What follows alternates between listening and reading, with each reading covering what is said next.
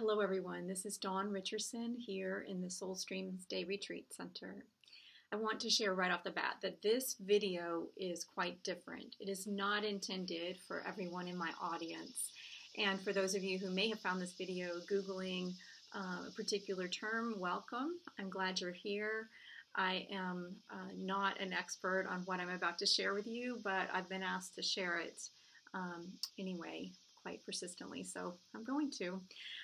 So let's see. What I want to talk about is the idea of equivalence, right? So it's a scientific term, a term in math and science, of which were not my strong suits. I'm a writer, an editor, and a coach, and I love to work directly with women. What I typically do, by the way, is work with women who want to, really connect in a deep way with their essential self, their essential journey, and their essential truth, and grow their soul and share their divine gifts in the world, really discover what the streams of their soul are and tap into those and then bring forward your particular play of light, your essential story of life, and your unique and grace-filled revolution of love.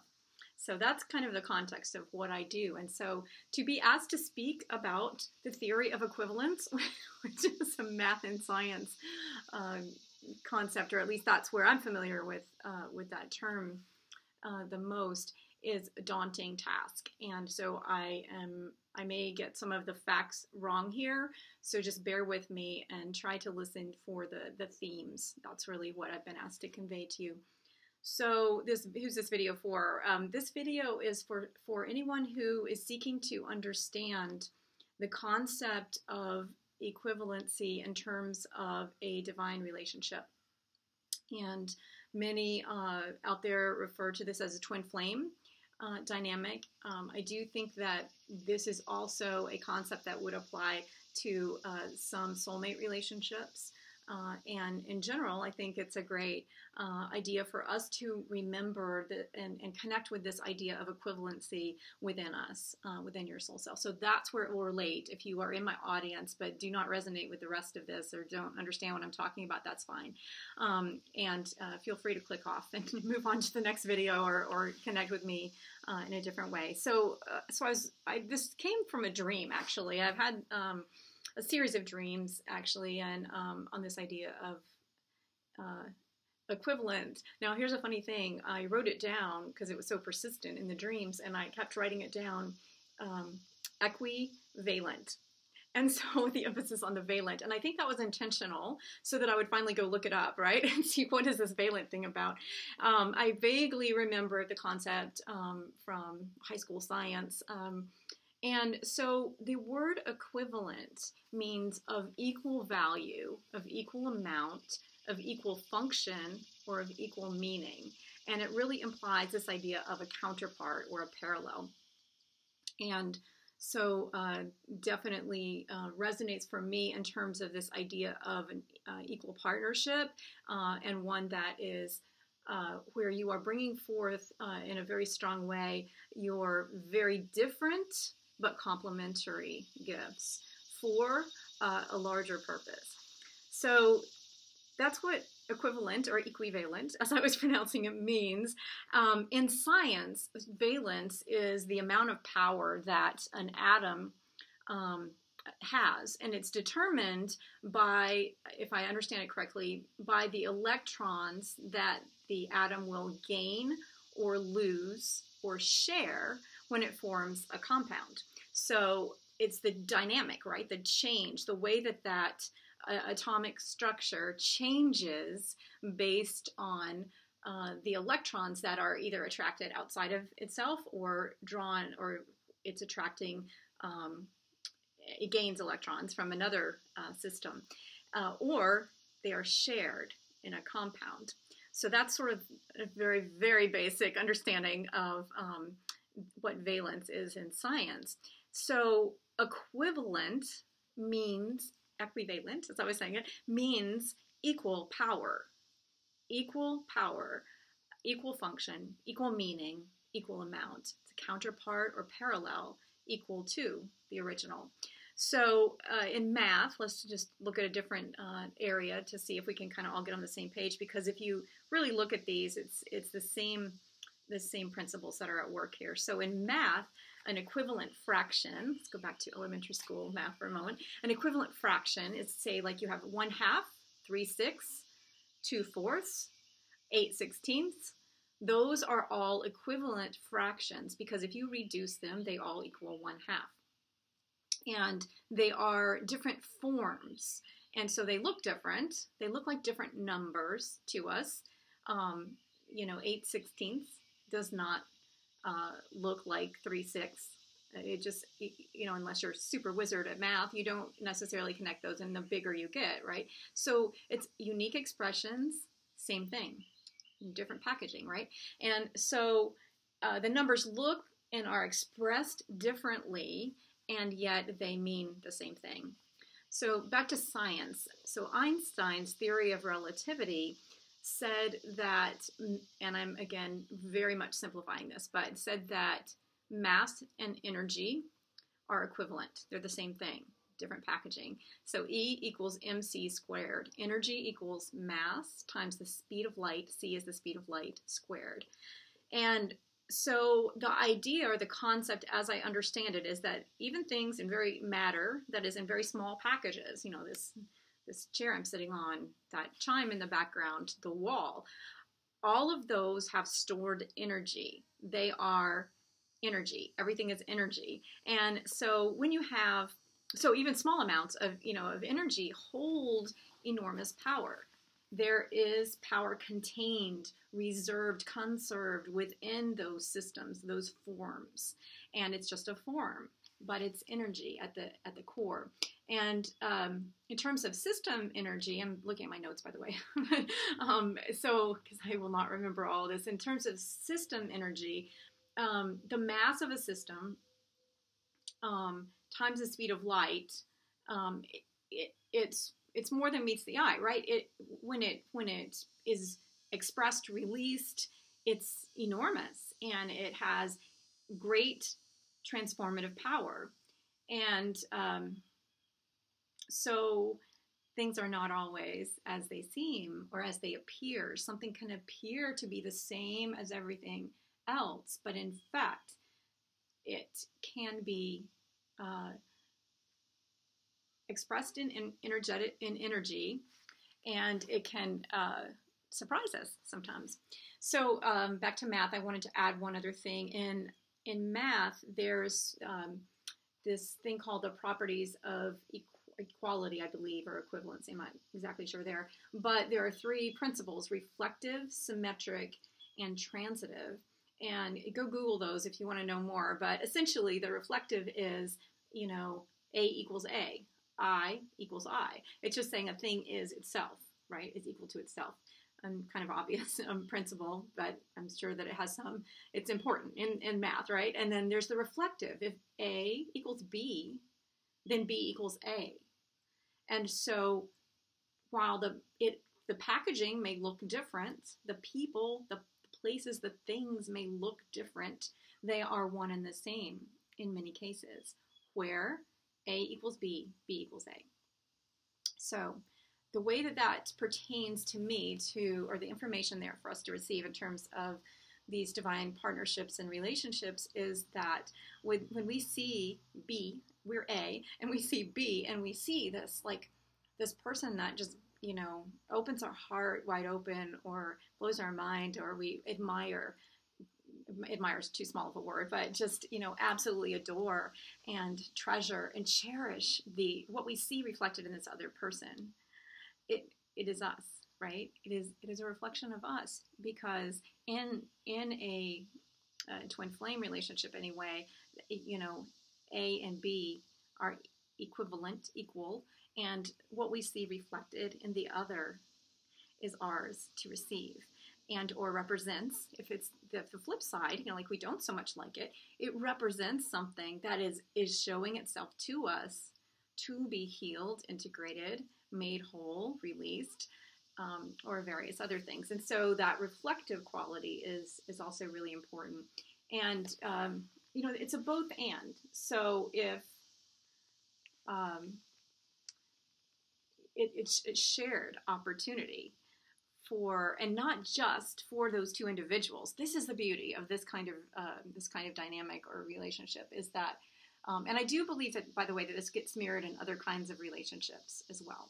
Um, there are different qualities, but so if we see a quality in someone else or a characteristic in someone else, so we see that there is a thread of truth there for us, and this pertains to everything, right? We see it. There's a thread for us to follow, something there for us to either receive or well, it's always for us to receive, to become aware of, and then to determine, and through free will and choice, whether we will release that thing or reclaim that thing.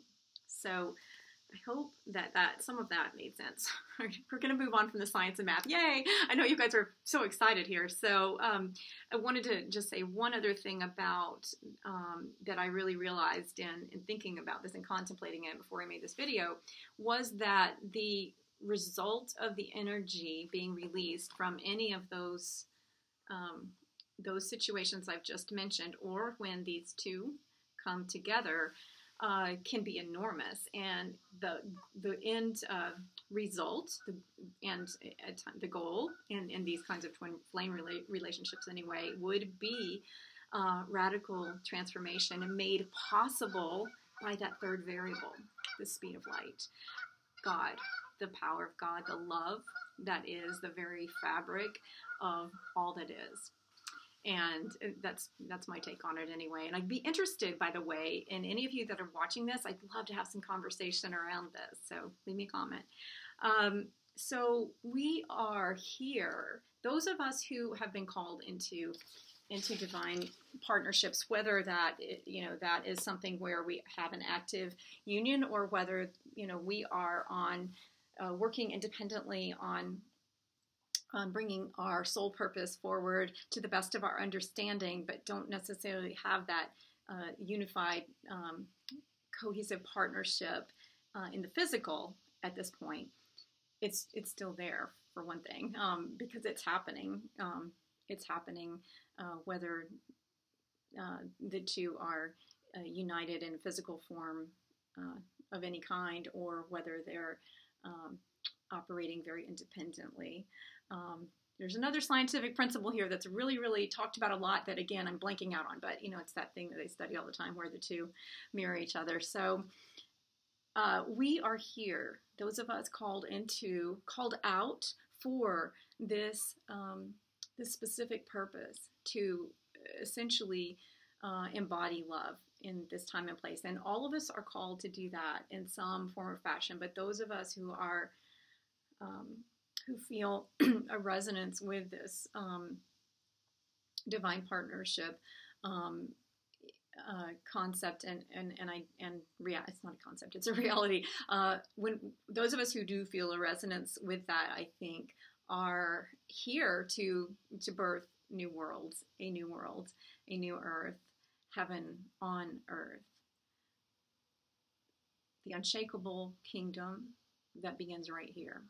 And that work can begin regardless of whether there is a union or in physical or not. We're here to birth a new world, and we're here to set in motion revolutions of love. And each independent, each twin flame union relationship represents a truth of that love and a piece of that unshakable kingdom that is unique. And it can take some time to really understand what that is, and that's the joy in kind of my way of viewing it, of kind of being on the way with all of it. And it's a mystery to be revealed, yet to be revealed. And so that's why we're here, though. We're here to bring forward the love of God, and to let that joy be made manifest, so that others can heal and transform. And because we consented to undergo this transformation individually and as that twin flame union, the potential is really great. It's really beautiful. And it takes all of those coming into form. The geese are honking in the background there.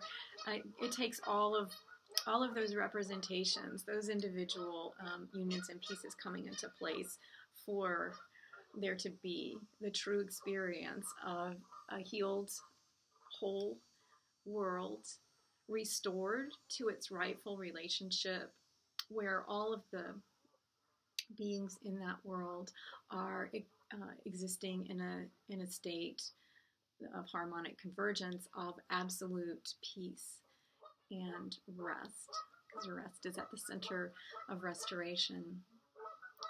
So I'm rambling a bit. I wanted to share a few things. Let me think of what I'll do first is I want to share a passage from my Life Seeds core curriculum. This Seed for Life is entitled, this life seed is entitled, Know You Are Safe in Space and Time. I'll put the links to what I'm reading in the description below, so those of you who are new to me can find them. So I'm going to put my glasses on because my eyes are not the best in the world. So let's see. Okay. Know you are safe in space and time. Do you believe that life is on your side, or have you shut it out? Want to try a different way? If you just want to get off the fast track and move in the direction of a life you love and one that loves you back, take these 4 steps to freedom. Step 1, tell yourself you are worthy of life's favor. Step 2, let go of all the ways you have felt life's sting. Step 3 is to open to receive all the love you'll ever need. And step 4, be on the way. Tonight, 1 billion stars will fill the skies, and tomorrow the sun will rise and shine. What will you do here in space and time with this one shining light that is yours? Actually, I kind of read this backwards, which is interesting. So this is a Life Seed number 37, by the way, for those of you who are interested. So I just am realizing didn't give you much context there. So let me do that. When I think myself of this idea of really stepping into the whole of why I know myself to be here, and that particularly in the context of that twin flame expression of God's light and love, it's a daunting task, and there can be a lot of terror that comes up with regard to that, individual terror and terror at what will happen. I have a little terror about sharing this. And so reflecting on that idea of terror, why does the terror come up? Because we know a death to something that we have embraced perhaps for a long time, many of us, in a way of being is necessary to bring this forth. A transformation, a change must occur, a change in state, and that can be really terrifying. And so let me go back to that, actually, number 37, the Life Seeds, and let me start at the very beginning with the core passage that I originally shared in my Cultivating Essence body of work. And if you want to know more about that, you can go to cultivatingessence.org and read some of this for free. So here is the story of life that we have shared as a collective and has been reflected in our lives individually. The terror of night became a holy gift as we counted the stars springing forth from our hearts. This river of miracles moved us at the speed of light toward the world we'd always wanted. Do you treasure that diamond of a star that lights your way? So think about that, how the terror of night, that thing, that flying blind through the world for me, or whatever it was for you that showed up in your life that just terrified you, scared you to death.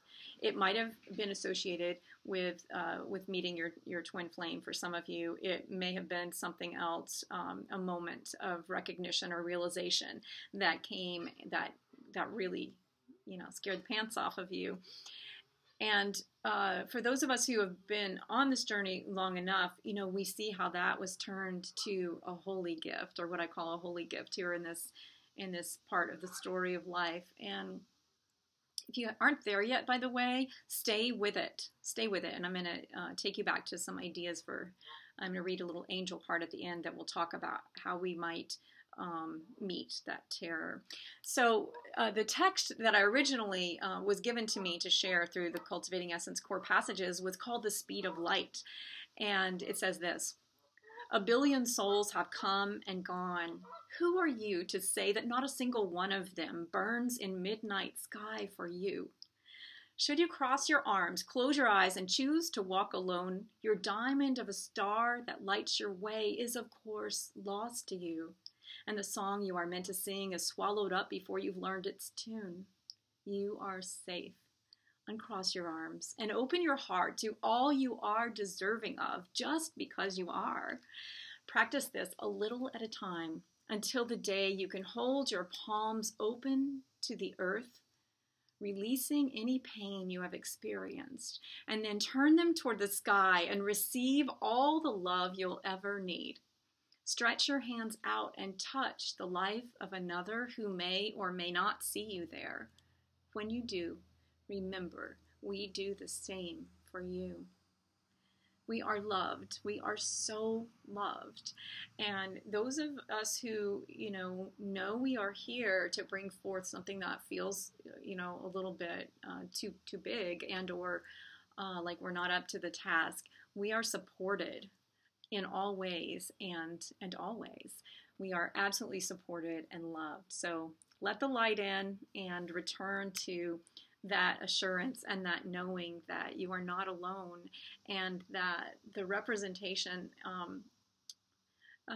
of God's light through you and your work can occur regardless, again, of the form that a particular dynamic that you think must be in place, whether it is in the physical and you see it or you don't see it. I'm sure there's another scientific principle in there somewhere, but let's move on. I want to read you, actually, for some of the, those of you who follow me will know I love poetry. I've written an awful lot of poetry that is drawn from my own experience and pain and joy. With regard to my own journey through this life, that for a long time I just simply did not understand the beauty and the wonder and the mystery of it. And then even when I did, it could feel kind of lonely because, it felt like I'm flying solo. And so this one is specifically reflective of my own experience in what I believe to be a divinely ordained relationship. And it's called Meet Me in the Middle. Meet me in the middle. We are two souls, lightning rods, spanning earth, swaddled by sky, who found strength to stand and hold creative tension. Between us stretched taut a net, field of grace, electrified with love, infinite in glorious expansion. Pole to pole, they may equate our stance with bold defiance. In the shift we dance, sing out, Kyrie eleison. Tender hearts reside within, shadowed by brilliance between. We've gone mute in time, a practiced elocution. Beat breaks forth in song. Truth shines, piercing through smooth-surfaced steel. Black hole of wonder, our rite of reinvention. We dare to move to center, point by point and counterpoint. Embrace seed of faith, found now in revelation. So that was Meet Me in the Middle, and that poem, I believe, is written in the Stars, which was my most recent massive collection of heartfelt poetry, most of them expressions of my experience with this journey. So you can find that on my website at dawnricherson.com. That's DAWNRICHERSON.com/poems for the poetry. So that is the poem, Meet Me in the Middle. And so it's process, right? Because of what we are here to bring forward is nothing short of the revelation of the mystery of God and the love that is the very foundation of who we are. It is the energetic core of our form, physical form, and our spirit. And so it's big and, and it's beautiful, and it takes some in this world in which we find ourselves, and in this structure that we move through in this world. It takes some practice to really embody the fullness of who we are. So that's what that poem was all about. It looks sometimes like bold defiance. It looks sometimes like these people are completely not on the same page. And it feels sometimes like that, very much so, at least for me. And yet, in your heart and soul, if you are called to this sort of union and shared expression of one thing, and you are reflections of that one thing, then you will know it, and there will be an unwavering faith in that, and you will be pulled toward that expression of that love that you are more and more and more. And again, I think this is true for all of us, and then those of us who are here to represent that in terms of a dynamic, a shared expression, will know that, we will feel it. So trust it if you do. There's lots of support for you out there with regard to that. Okay, I think the last thing that I would like to do is to go back to that idea of, if you're feeling some fear or terror about how to move through all of this and how to embody that equivalence, and to express your unique purpose or mission, even regardless of the form of a divine partnership being in physical form represented. So sometimes we get really focused on that, right? And that's what I've come to understand is that's the gift, of course, that we most of us, I hope, shall receive. And it would be beautiful if that happened here and now, and I believe that it is happening here and now for many of us. But there's no question, it's an unbreakable bond. It's absolutely an unbreakable bond. And so there's no question that it is happening, and we can bring that forward now. Now is the time to bring that forward and to remember those properties, right? That reflective property and the symmetry, or what was it? Symmetric property. To remember that, and to really feel that and anchor in that love that is the same within us, and to bring that forth and to shine. And my sense of it is, if we do that first, right, first of all, there can be no separation between divine union, but also, even just between individuals. And the more that we embody and express the light, life, and love that we are, and we bring that life into its fullest expression, life living in full expression, when we bring that forward, that can't help but attract more and more of that love to us, and more of that joy to us, and more of the gift that can come out of those moments of terror to us. So if you are really afraid, and I have been there, and I'm still there in the course of any given day, I am still there with that. I'm going to read something. This is a card deck that someone gave me, and I really don't use it that much because the print in this book is so super small. Whoever wrote this, it's beautiful. Kimberly Maroney. It's beautiful, but I can't read it, and so I have to squint to read. But I was drawn to pull one of these yesterday morning when I had this dream about equivalence, equivalent, and I pulled Fanuel, which means hope. So I'm going to read that to you. Hope. You are the light of the world. Let me show you the card. like some of you do so beautifully on your videos. Okay, Hope, you are the light of the world. Phanuel is the angel of hope and holds the devil in his power.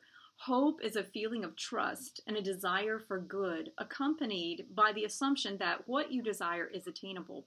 It is a pathway to God and opens you to receive guidance and divine inspiration. When hope is combined synergistically with faith, it becomes a powerful force for change. I love that. You guys know how much I love to talk about faith, and that it is the unshakable foundation of who we are. When we choose, faith is the first of my 7 wonders of the soul. Faith, hope, love, healing, growth, passion, beauty. Beauty is the fullest expression of that faith, that seed of faith. Okay, sorry. When hope is combined synergistically with faith, it becomes a powerful force for change. The key to igniting the power of hope is through the deep feeling of trust and the belief that good will prevail. Without hope, you can become the victim of despair, doubt, depression, and the belief that healing or rescue will never really come. When hopelessness is overwhelming, you literally become emotionally frozen with terror and are powerless to help yourself. It seems as if you are in the grip of the devil. Surprisingly, rage is your salvation. Find a way to open up the terror enough to uncover your hidden rage at this hopelessness. Begin your healing in any way you can. If you are in the middle of a crisis, allow yourself the time and place to completely give in to your rage like a 2-year-old in a tantrum. I've done this. It's fun. So call to Phanuel, your guardian angel, your eternal self, and God to help you break through overwhelming feelings of fear. If you are not ready to explode, begin by exploring your real feelings. Fear disguises itself in many subtle forms, including feeling nothing or being numb. Start by realizing just how completely fear controls your life. Are you afraid to say how you really feel? Do you hold back? Are you afraid for your safety? Do you let people walk all over you? Is it hard to admit the intensity and greatness of your eternal self? That's a big deal for many of us on this journey. Do you wallow in self-pity and worthlessness? Notice every little trace of fear during the day that you would normally ignore when it quickly shudders through your body. Let's face it, there's a lot to be afraid of in this world. Fear's job is to protect your body against injury. As you clear out your past fear, you can choose to replace it with awareness and discretion. Terror from the intensity of undesirable feelings and misunderstandings causes a fragmenting to occur, in which only the part that you can heal in one lifetime comes into the body with you. The remaining fragments may go into other bodies for healing or expression, though you are only aware of your own life. As you heal, and wow, okay, so this is something that I really feel strongly about, that in this twin flame union, that we do that together. And that took me a long time to understand because it seemed very imbalanced to me. It seemed like I was the one carrying all of it. The awareness, the pain, the brokenheartedness, the fragmentation, the life looking like a mess, etc., etc. And that's just not the case. That's just not the case. It is shared, and it is shared for a higher purpose and for good. Okay. End of Dawn's comment. Back to the book. As you heal and continually call to God for union, you will become aware of additional fragments of yourself in others. Children are the best example because they embody the feelings that you and your mate were having at the time of conception. As you heal yourself, your child will miraculously heal. Likewise, you are a fragment of your parents' feelings at your conception. Healing yourself will affect them, allowing the development of a new relationship based on love. Your siblings will change along with your friends. The power that your personal transformation has to heal others will astound you. Healing is difficult while carrying the belief that emotional expression is futile or hopeless because we will continue to create life situations to support this self-defeating belief. In this vicious cycle, through your courageous perseverance, as you express yourself, bring healing and an expanded awareness, this ancient imprint will release at such a depth that you will evolve to a higher plane of consciousness, no longer feeling separate from your eternal self. Finally, you are free to deeply love. So that's the journey in a nutshell. It is always, always about us returning to our whole self and our soul self. So I deeply appreciate you tuning in for this video. It was a little longer than I expected. I hope you found value in it. I would love to hear your comments. I don't know if I will just tune into to my guidance, and if I'm guided to share another video on this topic, I will. And if that's the case, I'll group them as a playlist on my channel for now. So much love. Again, you can connect with me through my website, dawnricherson.com. I do offer full day, your essential day solo retreats here at the Soul Streams Day Retreat Center, where you and me and the geese and the lake down there and the woods on 7 acres of land, so we can take a nice walk during our day. So I connect with individuals one-on-one here, and I'm also a writer and editor, so I can help you bring your extraordinary book to life. So just contact me if that is of interest. And remember that sacred story that you have. So it doesn't matter if you're a twin flame or if you're, whatever other, there are many, many other expressions, by the way, that are absolutely just as divinely ordained. It's not like an exclusive, thing. I actually am not crazy about the term itself, because I believe that all of us are here to be representations of the divine. And yet there is something very sacred and very beautiful about this unique journey that some of us are on. Back to your sacred story. Each of us has a sacred story. There's an essential truth that you know. There are soul gifts. I call them fine gifts of original design that you come bearing. There are sacred seeds of essence in you, that are a reflection of light and life and love, and you are that. And so if you have, and you do have one, if you would like to discover and know your sacred story and then bring that forward in the form of a book or some other soul-inspired offering that you would share to the world, that's sort of my expertise, is to help you package that and then release it in an organized fashion to the world. So here to support you if that is of interest, and feel free to like, subscribe, all those good things. Leave me a comment, send me an email, let me know how I can improve these videos. I'm working on the long-windedness. It's been a lifelong project, and it's that's a difficult one for me to master in terms of verbal expression anyway. So I hope some of this was coherent and that you received something. I love you all, and go forth and bless the world with the magnificence of who you are. See you later. Bye.